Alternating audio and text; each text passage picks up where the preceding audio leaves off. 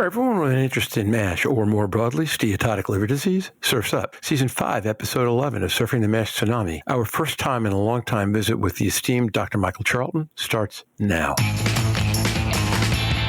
This week on Surfing the MASH Tsunami. It's a good example of how you can ask a simple question and do something that's established. You know, there are harder trials we've been doing with biopsies and non-approved drugs. So great example of creative research question and study. There was another paper, I think you may have seen it in, I think it was JAMA, an RCT with aspirin in patients with MASH. Yes. Yeah. That was a tremendous result. This was a prospective study showing a benefit in PDFF and transaminases. When you combine those two, that's a pretty good indication that there's something going on in terms of efficacy. I think for big institutions to be able to look at the quality of diets and see whether or not we can predict a little bit more scientifically the correlation in the non-invasive scores with an actual physical score rating the diet, it was new to me. We talk from time to time on this podcast about what are the ultimate therapy models. One of the places you go to is oncology and really blood dyscrasias, where you've got induction drugs and you've got maintenance drugs, and the maintenance period could be the induction drug most frequently, or it could be a completely different set of medicines, or some combination of the two. I just came from our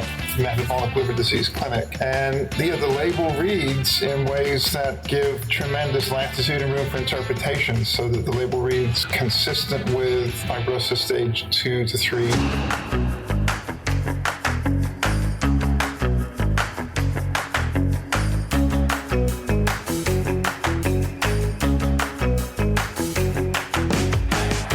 Every week, a global community of steatotic liver disease stakeholders comes together to explore the most critical challenges in diagnosing, treating, and developing medications for patients with MASLD and MASH. Join hepatology researcher and key opinion leader Jörn Schattenberg, liver health advocate Louise Campbell, pricing and forecasting guru Roger Green, and this week's guest, hepatology researcher and key opinion leader Michael Charlton, as they look at ways Rezdiffra is already affecting patient treatment along with other questions. This week on Surfing the MASH Tsunami.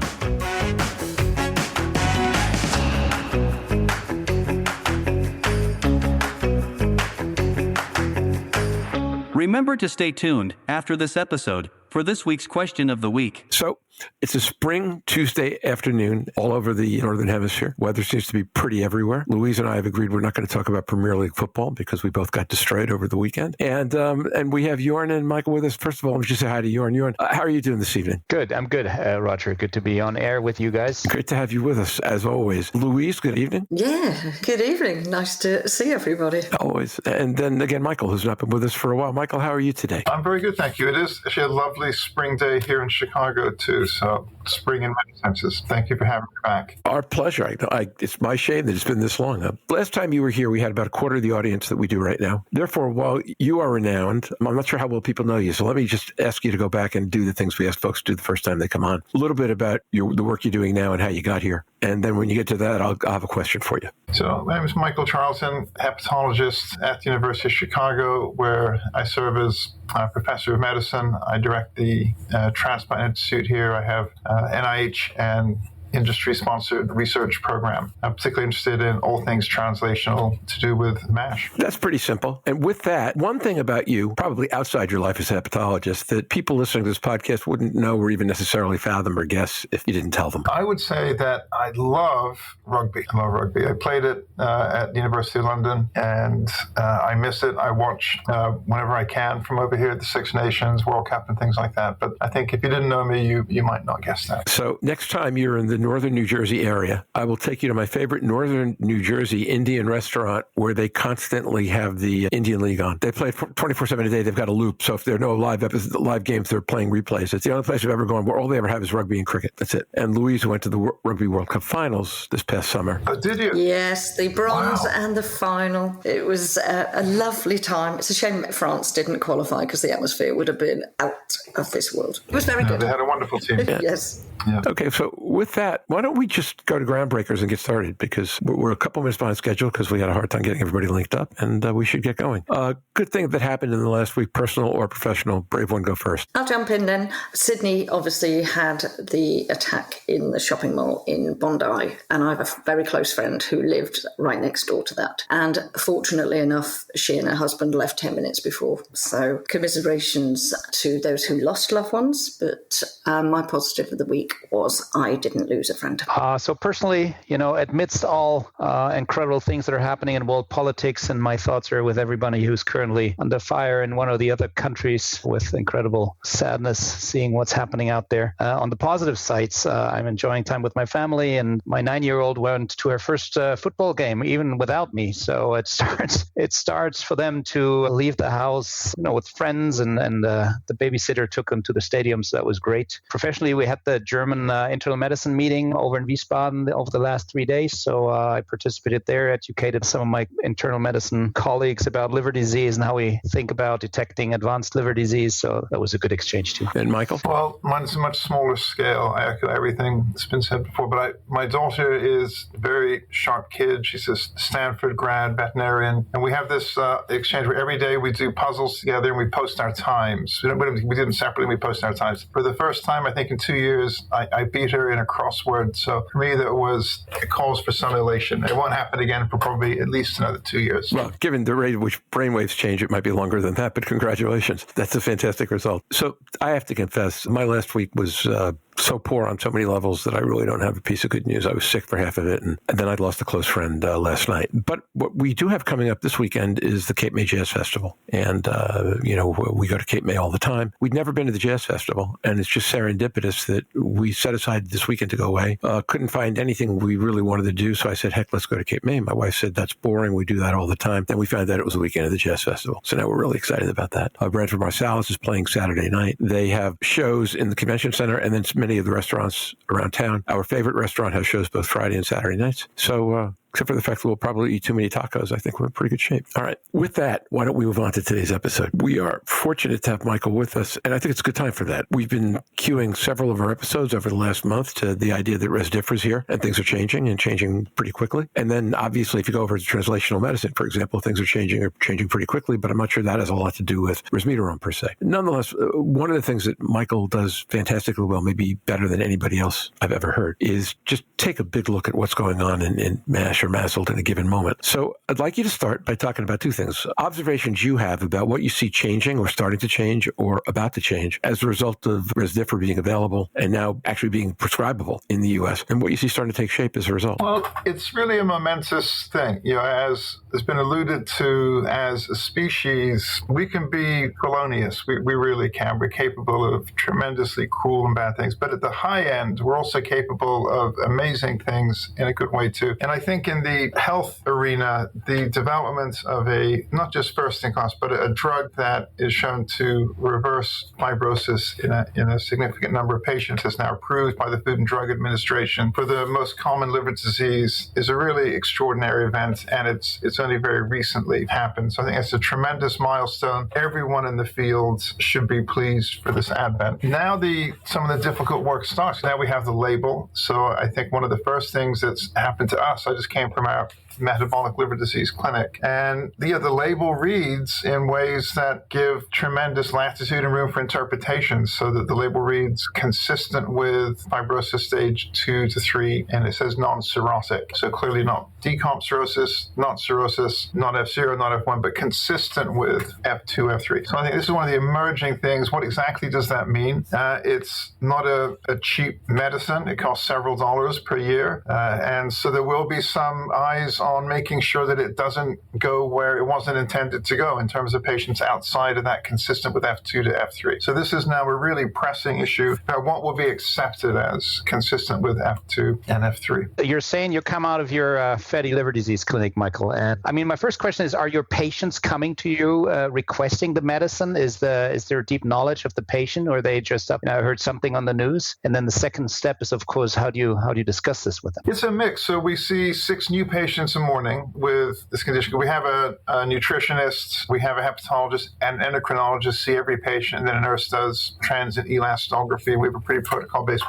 evaluation. And patients are at this spectrum of acceptance and awareness. So we have patients who turn up with a BMI of 48 who are pretty convinced they can do this with nutrition, exercise, and that almost never happens when you have that high and medically complicated BMI. But patients may not be there in terms of their sense of optimism. I hope they still think they can do it. So there are patients who are not coming to clinic wanting any medicine. They really want to have a diagnosis, maybe some estimate of severity, and then talk about treatment options, and they may be just ready for the diet and exercise portion of that. And we have these 6 tiers of intervention or help that we offer. The first of them, of course, that everyone gets is sitting down with a dietitian. Even if you have severe disease and a very high medically complicated BMI, people may not be ready. On the other hand, we have people with maybe F1, and they see that as terrible, and they want whatever there's available, whether it's resmetirom or participation in a clinical trial, things like this. So there's a whole spectrum of patient engagement with the new therapy. Some people are skeptical, some not. Yeah, that's 2 important issues, because also the label reads to be administered in combination with diet and exercise, right? And I think you have a perfect setup for that according to your differentiation. Now, when you said BMI 48, I was quickly thinking there's, I believe, 3 doses available, and the label says below and above 100 kilograms. So, of course, that's also, I'm not sure we know too much about the use in high BMI categories yet, but I understood you that maybe that's not the best patient from the beginning anyways. No. Because you'd like to have them on a weight loss program maybe to start out and improve some. Exactly.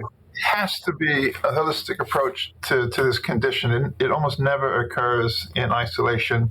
Patients have it almost minimum a higher BMI. Most people have some other metabolic complication, whether it's hypertension, type 2 diabetes, etc. And the cornerstone that drives all of this, of course, is excess weight. And it seems that every week there's a new, maybe unexpected revelation. So, for example, who would have thought that colon cancer risks would go down by 50% in people who are on a GLP-1 receptor agonist, but that's what was shown. We're seeing cardiovascular mortality in events decrease, also cravings for alcohol. So I think managing weight, managing some of the metabolic aspects that go along with fibrosing MASH is key. So I think it's going to be really, again, a holistic approach where we're managing the driver with nutritional aspects and weight and its complications, but then also really directing therapies to the histology as well for those that need it. Great place to open, Michael. Thank you. I believe that the assumption at time of launch was that the drug would be targeted only for patients for whom we already have record that leads us to believe that they're in the target population. We'll come back to how do you determine who's an F2 versus an F3 versus F1 in early stage cirrhosis in a minute. We had that conversation a couple of weeks ago. I'm more than happy to come back to it. How many of the patients, do you have patients who are coming into the clinic or trying to reach out to the clinic because they know they have the disease and now there's a drug they want to be treated? Or is everybody within your current roster population? No, last week I wrote 3 prescriptions. I didn't know whether that'd be standard. I think many of us have been telling patients for the last year that we're hopeful that in 2024 there may be 1 or 2 new agents. Turns out it's 1, not 2. And that patients are expecting to have this discussion at some level. So, I think patients, they've been siloed a little bit, not to the degree that they were with Hep C and the direct-acting antivirals, where patients were really anxious to get onto non-interferon-based therapy.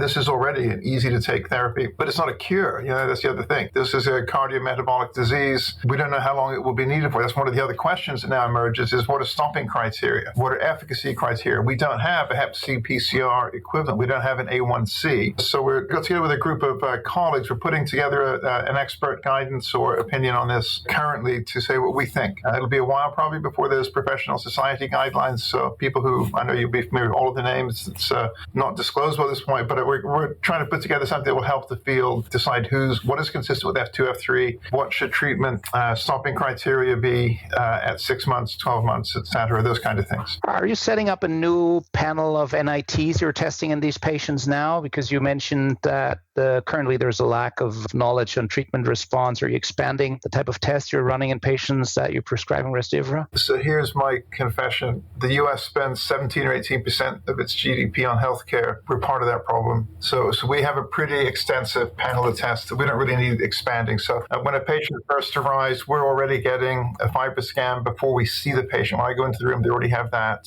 FIB4, of course, and they're getting an ELF score too. So So we have, and then patients who are above a certain threshold for FIB4 and transient elastinography will then cascade onto MRE potentially as well. So we have a lot of information at the beginning. We're not calculating things like MEFib fast, although we certainly easily could. We feel like we have enough with the things we just mentioned. Louise, did you have a follow-up question, or is that the one that Jörn asked that one for you already? Jörn asked that one for me. It was obviously about the futility, obviously getting people off medications, particularly if they get side effects, as early as possible. Because then the more we identify for futility, the better we can pick the patients coming in to use the medications, because there might be a common denominator in that population as we get further down and longer in the tooth. So he'd self-answered the question I wanted to ask. But that's a great point about futility. What will be futility? So if let's say you have a patient who comes in with, say, 12, 13 kilopascals of liver stiffness, their FIB4 was whatever it was going in, 2.3, and they have transaminases that were twice upper limit of normal going in. Let's say that at 6 months, those things are exactly the same, maybe a little bit lower, maybe a little bit higher. Would you stop therapy then? You could argue that the patient didn't get worse. That was it wasn't a primary or secondary endpoint, but one of the things that was important was how many people didn't progress. The number of non-progressors was greater on treatment too. So is that futility if there hasn't been some improvement? And VCTE doesn't move that quickly either, so it's hard to know what to make of that. And then you could say the same thing at a year. What will constitute futility at a year? They may not have improved, but perhaps they would have been worse without therapy. So these are things which for sure we're going to struggle with at any price point for resmetirom. So how do we address the struggle? I think it's a cardiometabolic disease. I think I'm not stopping metformin when somebody with type 2 diabetes has been on it for a year. I don't anticipate stopping resmetirom necessarily. So in the absence of progression, that's enough. That would be enough. In my view, that it certainly will be a discussion I would evaluate and tell the patient, I'm not seeing progression, but I'm also not seeing evidence of meaningful regression.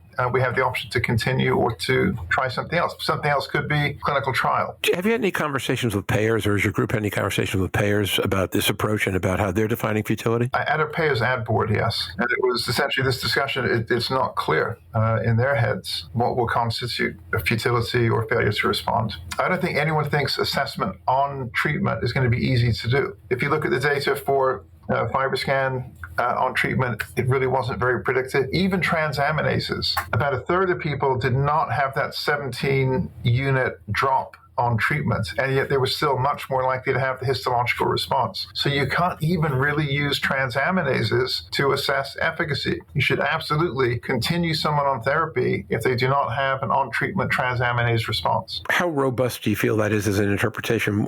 How well it would hold up over time? What do you think we need to do that gets that better? We need a different... If people are looking to stop therapy at less than a year, if there's any concern about drug-induced liver injury of some kind, of course, the pretty standard criteria for that somebody should come off therapy. Or any other suspicion for some drug-related event, it's a new drug, so it had a really clean set of heals in its phase 3 study, but a phase 3 study is still not that many patients compared to the 80 million people that are out there with MASLD, of which, say, 3 to 5% have F2 to F3. Michael, will you be using things like patient-reported outcomes, how they feel, and measuring the quality of life improvements as part of that sort of, this is why we keep you on the medication. We don't get progression, we've got better quality of life potentially. So those are all absolutely sound arguments to continue a medication. We don't do that. Now, I do see over your left shoulder a bottle of, looks like Veuve Clicquot or something like that. Absolutely.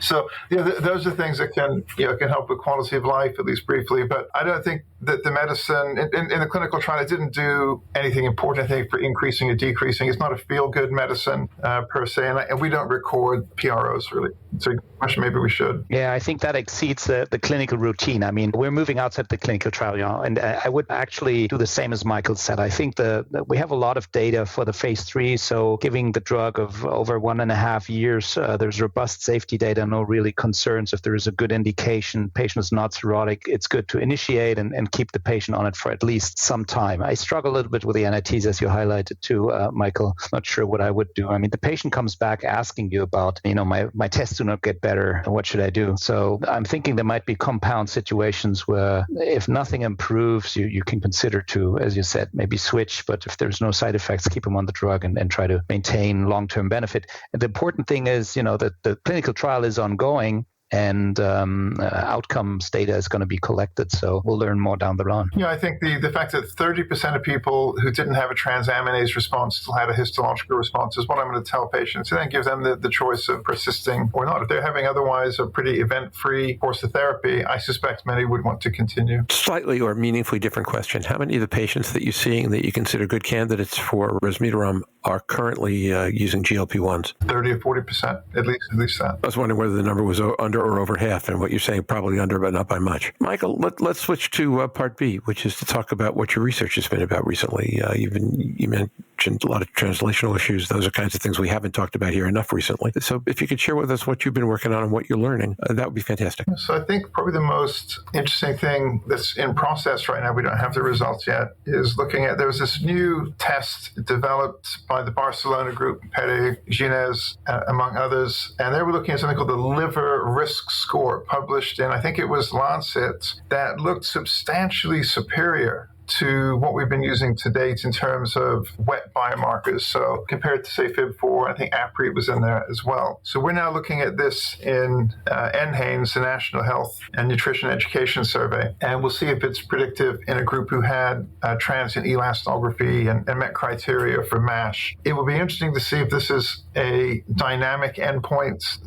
It has components that can be dynamic, including transaminases, for example. So I think it looked in the Lancet paper to be a really noticeable new advent. And the other thing I think, which was interesting, we had some microbiome work that we've just published that if you have germ-free animals and you give them the same fast food diet, high cholesterol, high fructose, high carbohydrate, high fat diet, they're totally resistant to the histological phenotype. So as you know, the spectrum of response to any therapy is really substantial. Now, whether some of this is predicted by patient microbiome is an interesting question. It's becoming easier to assess patients' microbiome in the clinical setting. So that's something else which I'm hoping emerges as something which has more meaning or direct relevance in the clinical setting. I saw that paper, and one of the things that, at least I saw an abstract of it, one of the questions that struck me is whether the converse is true. And I saw a paper from Vincent Wong suggesting that, which is that, in fact, the impact of diet becomes a heck of a lot stronger when you're dealing with people who've got bad genotyping or who might have microbiome problems to start with. How do we address that practically, or can we address that practically yet in treatment? It's been hard. So it's been hard to get engraftment of microbiome therapies. So there's a company called Synlogic that just went bankrupt. I think it totally folded. They were giving therapeutic bacteria. They had spliced into these things like enzymes to deal with phenylketonuria. So essentially replacing the enzyme that's lacking in patients with PKU. It didn't work. And they had enzymes that would metabolize proteins in a way that was less ammoniogenic as well. Also failed in phase 2. So I think the difficulty has been translating an observation in the microbiome space into something that's clinically helpful. So I think that's the next big hurdle, is getting engraftment. Remember that the stomach is highly acidic and the small bowel is almost sterile, not quite, but it's close. So we have to somehow navigate what we're putting into the microbiome. If we use oral routes, have to navigate the acidity of the stomach and the other perils of the small bowel, or we use a south to north approach, and then you end up, how do you get beyond the rectum, for example? There are some really notable challenges in microbiome therapeutics. Well, to me, the microbiome, it's so difficult, Michael, because the complexity of the function and the number of microbes we're looking at, and obviously the layer you're looking at, which technology are you using, and we're not well standardized yet. And I think I see the hurdles why this is not a straightforward study opportunity. I always thought it could be in the biomarker field, could support us and help us a little bit, but most of it is associations as far as I can tell. And so, more research is welcome here, and I think it's great to hear that you're working on this. There was another paper, I think you may have seen it in, I think it was JAMA, an RCT with aspirin in patients with MASH. Yeah. That was a tremendous result. It had been hinted at in retrospective analyses for a while, but this was a prospective study showing a benefit in PDFF and transaminases. When you combine those two, that's a pretty good indication that there's something going on in terms of efficacy. We've already started to talk about it with patients, so that most people with MASH meet American Heart Association criteria for aspirin initiation, which is essentially one excess risk factor for ischemic heart disease, and having a BMI of X, and probably having MASH is enough. I've noticed that trial too. I just pull it up. It's a monocentric 6-month phase 2, 40 versus 40 patients. So, the size is not gigantic. It's typical US dose, 81 milligrams, right? In Europe, we'd be using 100. So an MRI PDFF was MRS was minus 6.6% on aspirin.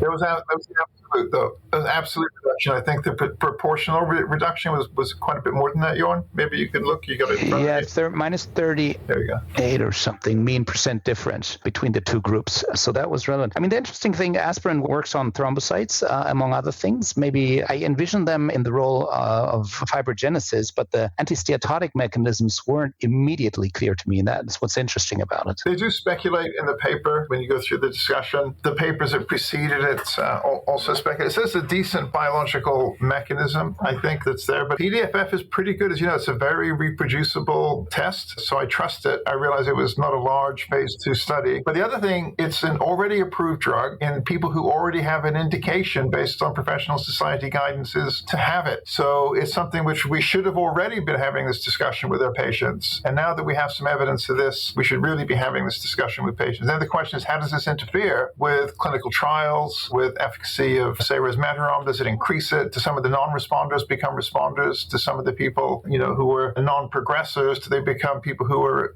responders now? Those are great questions we don't know the answers to, right? No, we don't. It's a good example how you can ask a simple question and do something that's established. There are harder trials we've been doing with biopsies and non-approved drugs. So great example of creative research question and study. Well, people have tried aspirin with just about everything, right? But it makes sense. We always have these questions about inflammation. Aspirin is nothing anti-inflammatory. Now, I doubt obviously, I don't think that's the entire story, but you would expect somebody at some point to say, well, why not? Dig around in retrospective data and then go do a prospective trial. I mean, we have enough access to data these days. Before I ask everyone else what they've been interested in this past week, Michael, anything else you want to share with us about work you've been doing or things you've been looking at that you think are particularly compelling? I think those are the things that really jumped out as being new and exciting to me. And of course, there are data we may come to later on in the cast about FGF21s, what's emerging for them. They're clearly potent agents as well. But for me, I think those were the two big events for the last few weeks. Jörn, anything you would like to share with us in terms of things you've been looking at, working on of value or interest? The weeks are leading up to our think tank in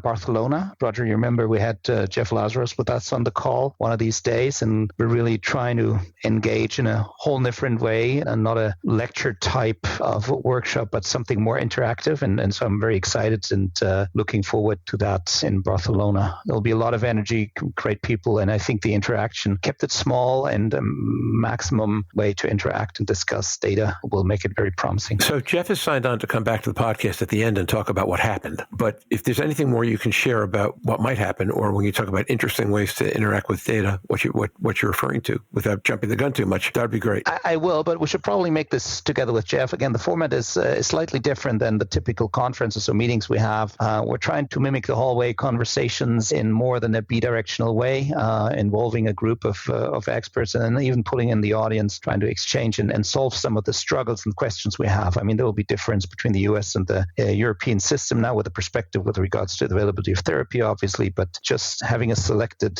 and invited group of 75 participants trying to come up with answers to big and tough questions in the realm of MASLD will be a very interesting experience. I'm looking forward to it. Right. I don't believe Jeff is scheduled to come back on before May, but I can reach out to him and see if he can at least do an interview. We can do an interview, the three of us or the four of us, about it. There'll be a lot coming out of it, and we should be having a chat with him after it. We are. That's the May 13th schedule. So for exactly that reason, for everyone who's listening to this, peg your calendars for that week in May. I believe the episode drops on Wednesday, which might be the 15th, if I'm remembering correctly. But be sure to listen because that'll be a fun episode. Louise, what you got this week? What have I got? I've been trying to look at some of the data coming out on the performance of FibroScan, obviously, and non-invasive techniques. A, to look at reducing screen failure rates, and B, to look at the measurements going forward, particularly with Rezdiffra and things like that, to see whether we can pick up those and how it works in comparison. And you'll read one study that goes strongly favour 4 for F2, F3 fibrosis, and some that will be borderline. So again, that doesn't say the school's not out in everything, but I did come across an interesting study looking at the dietary inflammation index in in relation to FibroScan. But obviously rating the diets of people, the more inflammatory the diet on the point system that they get, the higher the risk of MASLD and MASH was. And it was associated with one standard deviation increase in the dietary inflammation index, actually increased the FibroScan score by 0.29 kilopascals. So whether or not also being able to assess the quality of diet that these patients are having. Now, my understanding of the dietary inflammation index is not vast, but there's a number of articles come out this year and late last year in relation to chronic kidney disease, neonatal and pediatric livers. So there seems to be certainly a growing bit of literature coming out on that. And it seems quite complicated in the context of the way that it's recorded through database systems. But I think for big institutions to be able to look at the quality of diets and see whether or not we can predict a little bit more scientifically the correlation in the non-invasive scores with an actual physical score rating the diet. It was new to me. I think I can rate personally some people's diets very well, but it would be interesting to look at the actual science and the scores behind this, because it's been strongly linked to a lot of the syndromes that we already deal with, metabolic syndrome, chronic kidney disease. So yeah, that was an area of bit, and the fact that it has been used with FibroScan, but also what I didn't see in that data was any correlation with CAP to see whether or not a change. I can often see a fat change quicker than I can see a stiffness change, because we do them on some people so regularly. So you get to see that dynamic aspect of liver health change, both for and against, and that rather than just once every 6 months or once every 3 weeks or 3 months, that sort of thing, where it can be just an arbitrary system. So no, that interested me, and it would be interesting, particularly where Jörn is placed now, whether or not that's the sort of thing within your holistic type multi-professional unit crossing all of those fields that might be quite beneficial. And no doubt you have all of the kit to be able to analyse and do the dietary inflammation index.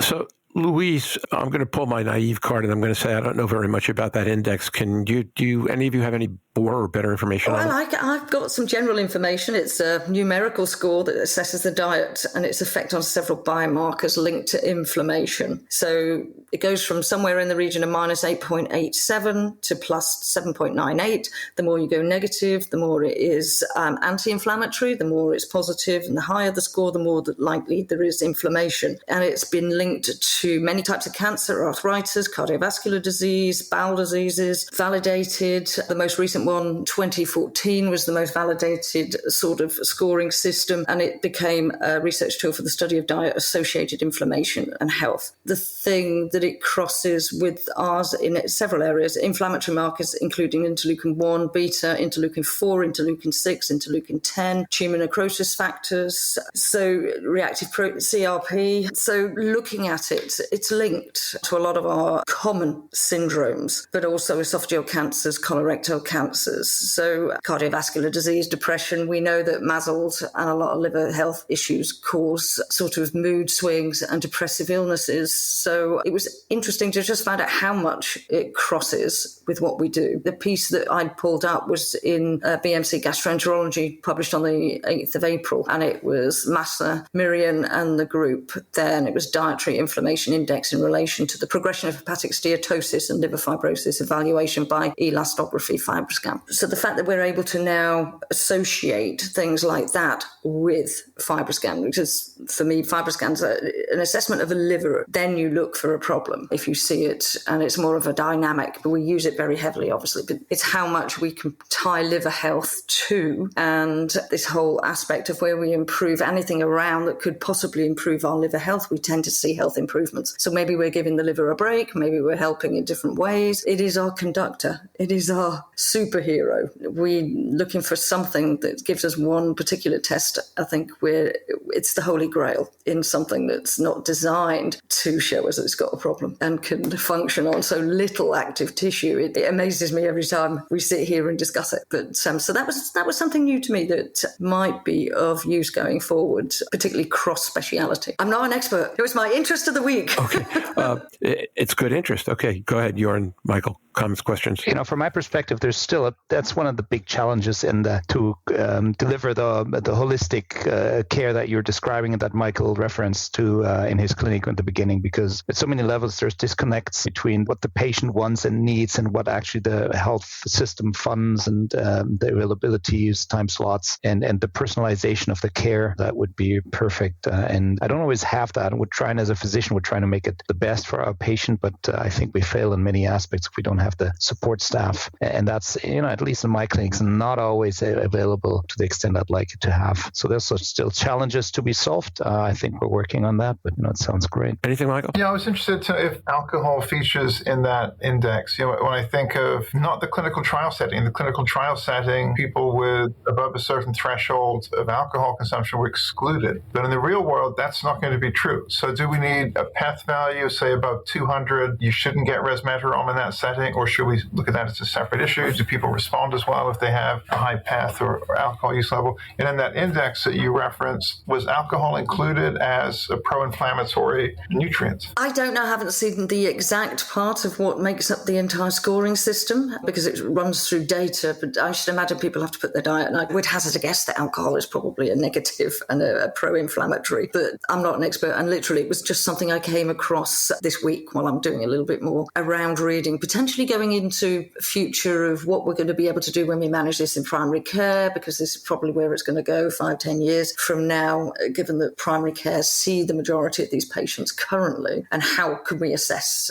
So it's just ahead of but surfing the wave, I suppose, and just looking at different mechanisms. But I think it would have to be a lot more simpler to put into a natural system. But I know if you look at the Beck's depression scale, you can have the Beck's depression mini scales. You can get all sorts of things that have been adapted for different use in different locations to give you not the perfect, but a working system that can assist the care. That might be something that needs to be done, but I'm not an expert, and it's just something that's new to me now. Excellent. Thanks. So mine for the week is very, very different than anything we've talked about so far. I have a service whereby I clip and scan Dear Doctor websites around the U.S. to see what questions they're asking, what answers they're getting. And I've noticed thrice in the past week, 3 times for those of us who speak more common language. Come on, Roger. You think you needed to explain that? No, actually, it's just I never use thrice. That's very old English.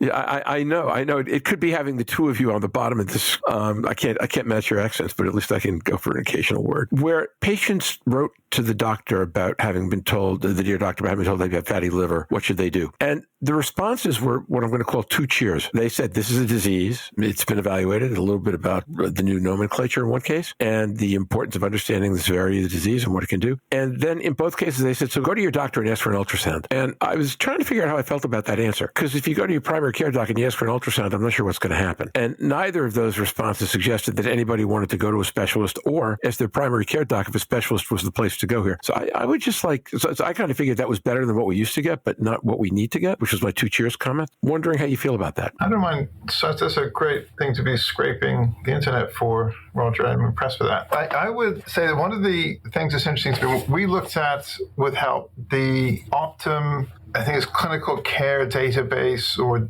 data marketplace. It's a 16 million patient real world setting, so out of universities and academia, and looked at ICD-10 coding for NASH.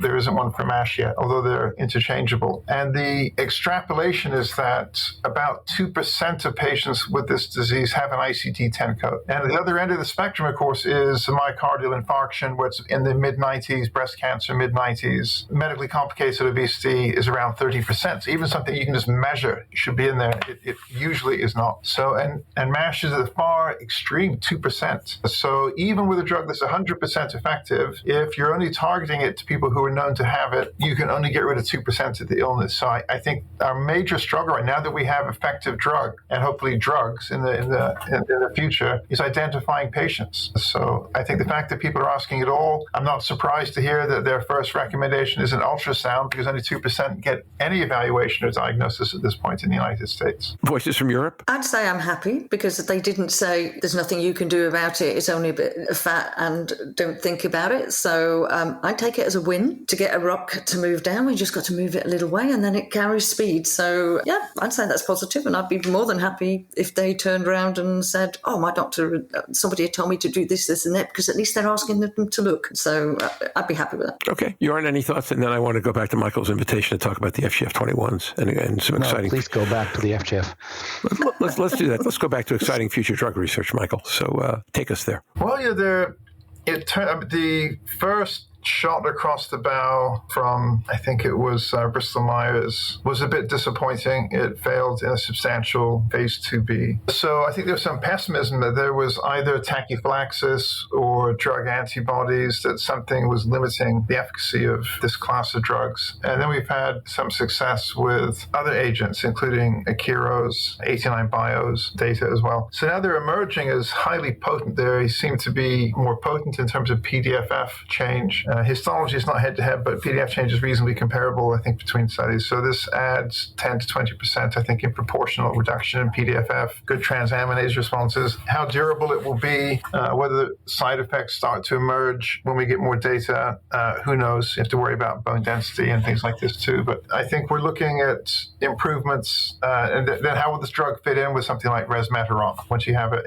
it is now a standard of care for this disease. And can you give FGF21s for the longer term? There's not much of a concern about giving resmetirom in the longer term, but when you're giving a potent fibroblast growth factor agonist, that may be something different. So I don't know. But the efficacy is certainly eye-catching. You're suggesting something very interesting, Michael, that we mix and match therapies once more drugs become available, using them in the concept where you want to induce changes in the liver, maybe sensitize the liver to more susceptibility of other mechanisms. So the whole concept that some might mix better than others will be very interesting. And of course, we're going to look at toxicity as the first thing, and long-term safety. So I think I'm aligned. It also should be noted that the route of administration, I think, comes into play here. The easier we can make it for patients, the longer I think they're going to stay on the drug and not skip doses. So that's good news, and something to be looking out for where we can actually do that. And I think we're not going to see that in clinical trials, so we'll probably have to figure it out ourselves in real-world observational trials in clinics. So it makes sense. Makes a lot of sense. One of the things we've talked about on this podcast from time to time, Michael, you had something you wanted to say first? No, I'm just going to reinforce what Jörn has said. The adherence and persistence rates for the GLP-1s is pretty low, about 30 to 40% at 12 months after first prescription and first dose. So injectable therapies, even when you have Kardashians and others promoting it, is still 30 to 40%, even with 20 million prescriptions written. So I think there are some difficulties that are faced by injectable drugs, and particularly when it's not daily. Taking a small pill with your breakfast is easily built into a routine. I think taking an injection every week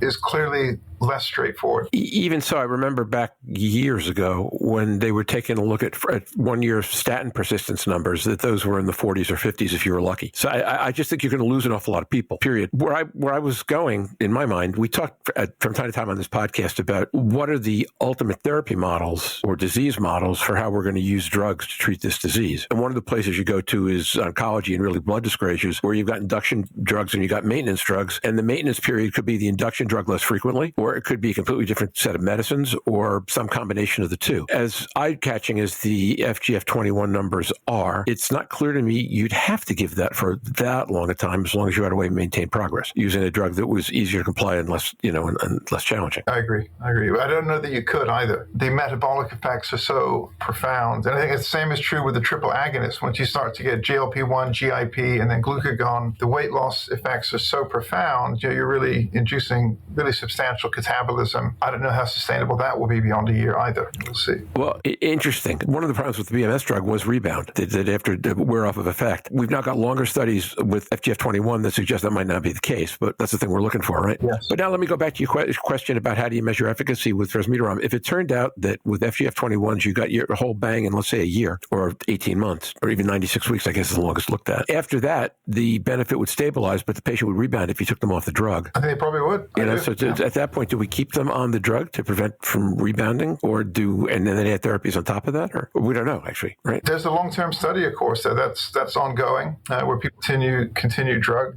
But my guess is, because of the metabolic nature of this condition, that this will be at least a medium-term need. It'll be interesting to hear what Jörn and Louise think. Well, I would even say there's clearly a long-term need for treatment. So the challenge in the drug development sphere here, and the challenges we've been discussing with the FDA, is it takes so long to reach hard outcomes in these type of trials enrolling patients in the F2, F3 space, and that's why we're stuck with all these surrogates. Quality of life was mentioned earlier, didn't really make a big difference for this MOA here. I mean, even for the ongoing trial, there's going to be the complexity, some people dropping out, some of the comorbidities being treated with drugs that might affect the disease course. So it's a high bar still, and I'm clearly pushing all the patients I'm seeing or suggesting and counseling that way to stay on drugs, stay on the trial, to actually generate that data set. It might be tougher and tougher down the line because we're going to have more drugs coming into the market, more patients wanting to have access to these drugs versus an RCT. I'm hoping for the best, but it's going to be a challenging trial moving forward and continuing this. That's a great. Let's just say you're a stage 3 patient. You have F3 disease and you're newly diagnosed, and you Google it. You see what stage 3 means, that it's close to F4, and then you're presented with a clinical trial where you may get placebo for 12 or 18 months. Is it going to be harder to enroll now that we have an oral therapy that's effective?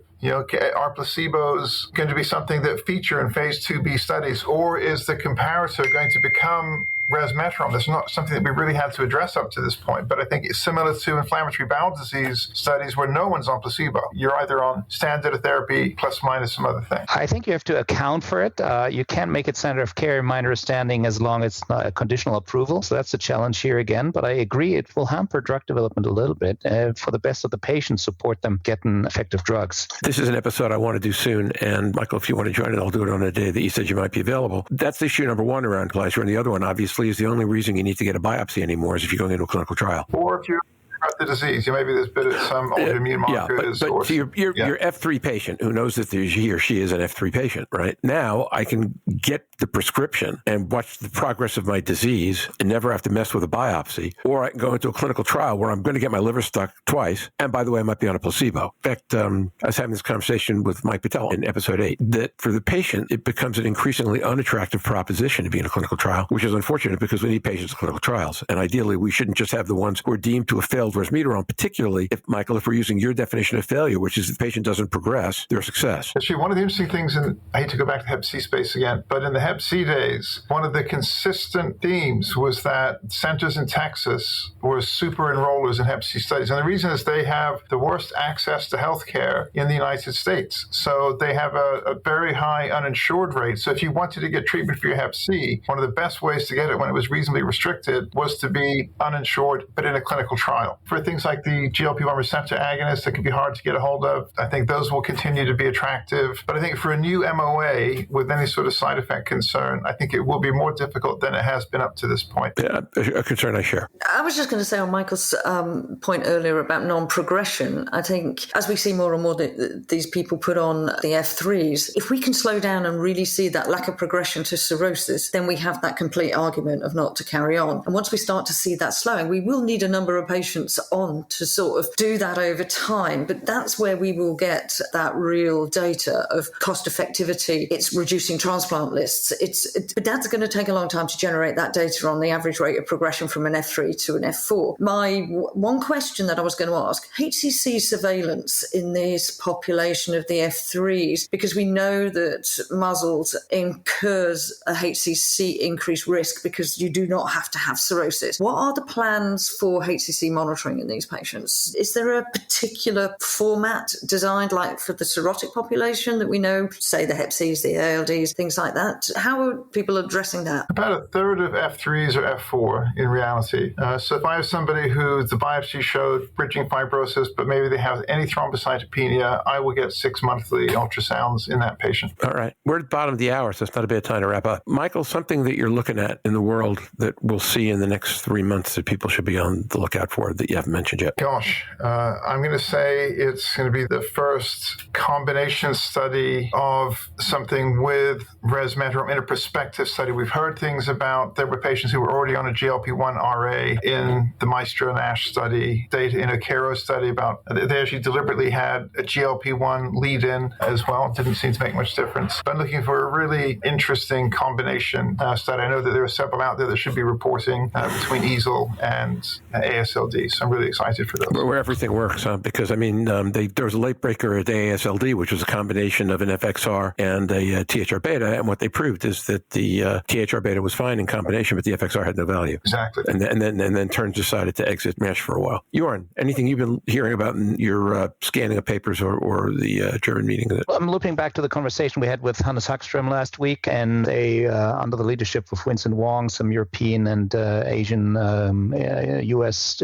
collaborators really generated a large group of NITs follow-up data around VCTE, and they promised more data to be shared from that large cohort. So I think we'll see more from that realm. And then, of course, some big studies kicking off to prove the worth of screening in at-risk populations. There'll be more activities, particularly around NITs, understanding treatment response, but also screening starting this second half of the year that I'm very much looking forward to. Louise? No, only thing that's happened this week, we've got ethics approval on a big trial, which means we can look at starting the scanning on, that's over 1,000 patients to get done. So that's good. But obviously I can't reveal any of that yet. Which will produce fantastic data. Okay, great. Let me say thanks to Michael for joining us today. Great conversation, interesting topics. I think people have a lot to think about. Jörn and Louise, as always, we will be back next week. I'll be back in a minute with the question of the week and then the business report. And we will be back next week. And Michael, hope to see you again soon. Everybody have a good week. Okay, let's say goodbye. Bye. It was great to catch up. Bye. Likewise. Goodbye. And now, here's Roger with this week's question of the week. So here's our question of the week. As we continue to develop new drugs for market, sometimes we've learned about old drugs, maybe not even drugs we've considered for MASH previously, that appear to have real value, like the aspirin study we discussed today. How much value do you believe that old standard drugs, whether drugs studied a while ago for MASH like pioglitazone, or more recently like aspirin, will have in the practical treatment of MASH or even basic MASLD patients? Again, how much value do you believe old standards will have in the practical treatment of MASH or even basic MASLD patients?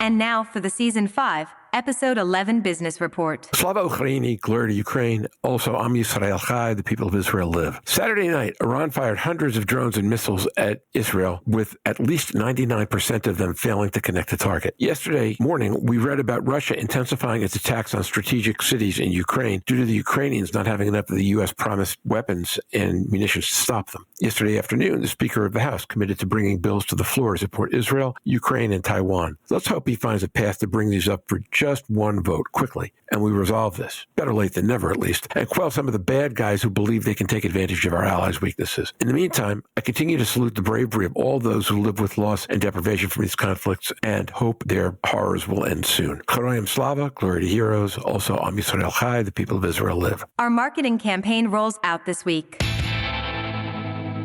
As I mentioned in the episode, last week was mostly a lost week for me. Even with that, our initial marketing outreach will go out sometime this week as committed. I'll talk more about the specifics over the next couple of weeks, starting with follower numbers and covering support and sponsorship options. We are starting preparation for the major spring events. As I mentioned during the episode, we are planning the May 15th podcast to cover the Barcelona meeting that previous weekend. Our spring also includes coverage of Global Fatty Liver Day from the Global Liver Institute and the EASL Congress from Milan, at the very least. If there are other meetings for which you would like to sponsor our coverage, like maybe DDW or ADA or others, please let me know. We'll work it out. We are starting preparation for the major spring events.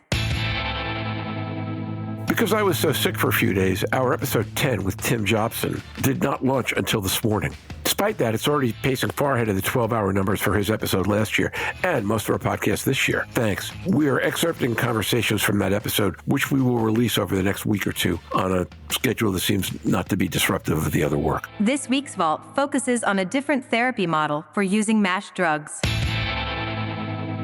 This episode, we talked about induction versus maintenance therapy. In an episode from last July, Stephen Harrison and Jörn Schattenberg joined me to consider the concept of mass drugs as adjunctive therapy, a very different kind of optic for how it might be part of broader therapy. I hope you find the idea stimulating a year later, as I did when we first talked about it a year ago. And that's it for this week. I want to thank our team, Jörn, Louise, Mike, Eric, Steve, as we keep moving forward. Enjoy our upcoming conversation Saturday and Sunday. Please take a listen to our question of the week and, of course, reply. We'll be back next week. Until then, stay safe. Surf on. Bye-bye now.